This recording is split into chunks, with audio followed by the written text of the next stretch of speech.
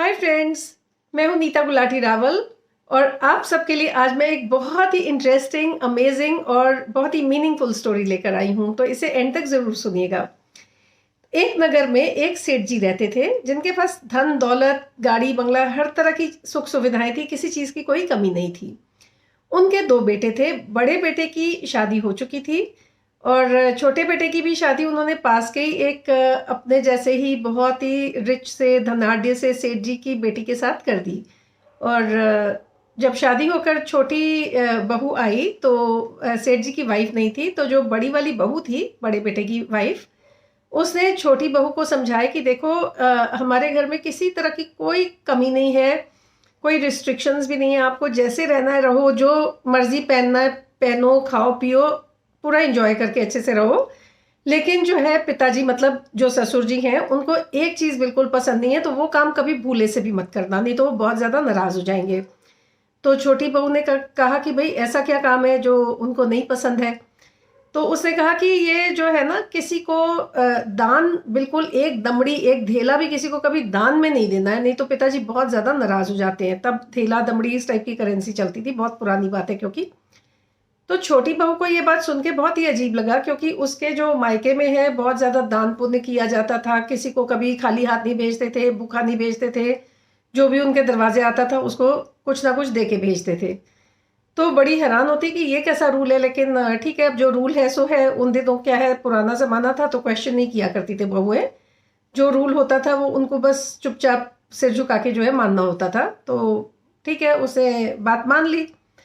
तो अब कुछ दिन बीते, तो उनकी जो है हवेली थी खूब बड़ी सी, और नीचे ही जो है अपना सेठ जी की दुकान थी, जो भी बिजनेस था उनका, और वहीं वो गल्ले पे बैठा करते थे, और बाकी ऊपर की मंजिलों में मकान था। तो छोटी बहू एक दिन कपड़े सुखाने के लिए ऐसे छत पर जाती है, तो नीचे से एक साधु महात्मा जी की आवाज़ आती है कि भिक्षा भिक्षा दे दो, भिक्षा दे दो। वो परसिस्टेंटली खड़े होकर थोड़ी देर तक भिक्षा मांगते रहते हैं। तो छोटी बहू जो है, उसने मतलब देखा उनको और सुनी उनकी आवाज़। उसको बहुत बुरा सा लग रहा था, लेकिन उसको अब समझ नहीं आ रही थी कि क्या करूं, क्योंकि कुछ देगी तो सेठ जी नाराज़ हो जाएंगे। तो उसने ऊपर से ही क्या है, हाथ जोड़कर उनसे क्षमा मांगी और कहा कि क्षमा कर दीजिए साधु महात्मा जी, लेकिन हम क्या करें, हम बासी खा रहे हैं, कल उपवास करेंगे। बस उसने इतना कहा और जो साधु महात्मा जी हैं वो समझ गए और आशीर्वाद देते हुए वहां से वो चले गए। अब नीचे सेठ जी बैठे हुए थे गल्ले पे, उन्होंने ये बात सुन ली। उन्हें बहुत ज़्यादा बुरा लगा और बहुत इंसल्टेड फील किया उन्होंने कि ये कैसी बात कर रही है, छत पे खड़ी होके सारे चार मोहल्ले के लोग भी आसपास के सुनते हैं, तो कितनी बड़ी बदनामी होगी कि इसको कब हमने बासी खाना खिलाया। क्या बोल रही है कि बासी खा रहे हैं और कल उपवास करेंगे। कब, किसने यहाँ, किस घर, इस घर में किसने कौन सा जबरदस्ती किसी से कोई उपवास वगैरह करवाए हैं। तो ये कैसी बात करी इसने, और पूरी बेइज्जती कर दी मेरी। तो तब क्या है कि जो बड़े लोग थे ना, बहुओं से बात बात नहीं किया करते थे डायरेक्टली, तो उन्होंने क्या किया कि उसके पिताजी को बुलवा भेजा, छोटी बहू के, और उनको बोला कि अपनी बेटी को आप ले जाइए, ये यहाँ लगता है खुश नहीं है और हमारी बदनामी भी करती फिर रही है। अब छोटी बहू के जो है पिताजी बड़े हैरान हुए, क्योंकि उन्होंने बहुत संस्कार देके अपनी बेटी को भेजा था, बहुत अच्छे से पाला था, और उन्हें बिल्कुल उम्मीद नहीं थी कि ऐसी ये कोई भी बात करेगी ससुराल में जाके जिससे उनकी बेइज्जती हो, या ससुराल वालों की कोई बेइज्जती ऐसे करेगी, ऐसे मतलब उनको बिल्कुल उम्मीद नहीं थी। तो उन्होंने भी बेटी से पूछा कि बेटी तुमने ऐसा क्या बोल दिया। तो उसे कहा, मैंने पिताजी कुछ भी गलत नहीं बोला, और ऐसा कुछ भी नहीं बोला जो गलत हो या जिससे आपकी बेइज्जती होती हो। तो पिताजी भी बड़े हैरान, लेकिन क्या है कि अब वो ले जा भी नहीं सकते थे बेटी को, क्योंकि वो वाला ज़माना था जब मतलब ये मान्यता थी कि जिस घर में शादी होके गई है लड़की, अर्थी भी उसकी वहीं से उठेगी। बहुत भारी जो है टैबू था लड़कियों को वापस ले जाना।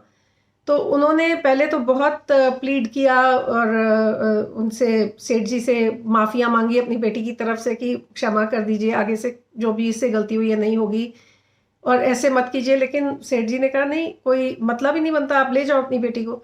तो उन्होंने जो है वो नगर की जो पंचायत थी, पंचों के पास वो गए और उनसे जाके रिक्वेस्ट की कि देखिए, आप ही मामला अपने हाथ में लीजिए और इसको सुलझाइए।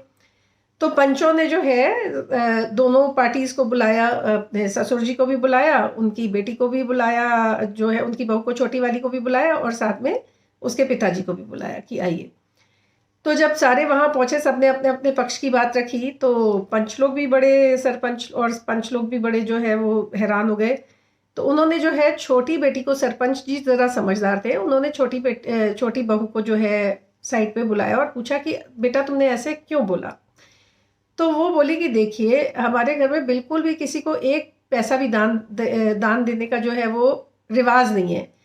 तो मैंने कुछ गलत नहीं बोला, अब मैं उनको किस तरह से समझाती? साधु महात्मा जी खड़े होके भिक्षा माँग रहे थे, तो मैंने उनको सिर्फ़ ये बोला कि अ, देखिए, कल हम बासी खा रहे हैं क्योंकि आज तो हमारे पास कोई भी चीज़ की कमी नहीं है। सब तरह की संपन्नता है, सुख समृद्धि है, तो कल कुछ तो हमने दान पुण्य किया होगा ना। तो उसका हम जो आज खा रहे हैं, तो आज हम कल का किया खा रहे हैं, तो कल का जो हम खा रहे हैं तो वो बासी हुआ ना, इसलिए हम बासी खा रहे हैं, मैंने बोला।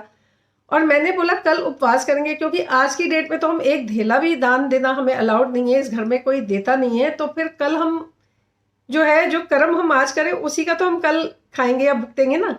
तो इसलिए मैंने ये बात कही थी। तो सरपंच जी को ये बात समझ आ गई और उन्होंने जब बुला के ससुर जी को भी ये बात समझाई, तो ससुर जी को भी समझ आ गई और उन्हें बहुत शर्मिंदगी हुई अपने ऊपर। तो ये है ये स्टोरी। तो आप लोगों को इसमें से क्या मैसेज मिला? क्योंकि स्टोरी तो सेम होती है, लेकिन हर एक को उसी स्टोरी में से कुछ अलग-अलग मैसेज मिलते हैं। तो आईड लव टू हियर कि आप लोगों को इसमें से क्या मैसेज मिला और क्या शिक्षा मिली? प्लीज़ कमेंट्स में ज़रूर बताइएगा। Have a very nice day. और अगर स्टोरी पसंद आई हो तो लाइक एंड सब्सक्राइब करना मत भूलिएगा। Have a nice day, bye.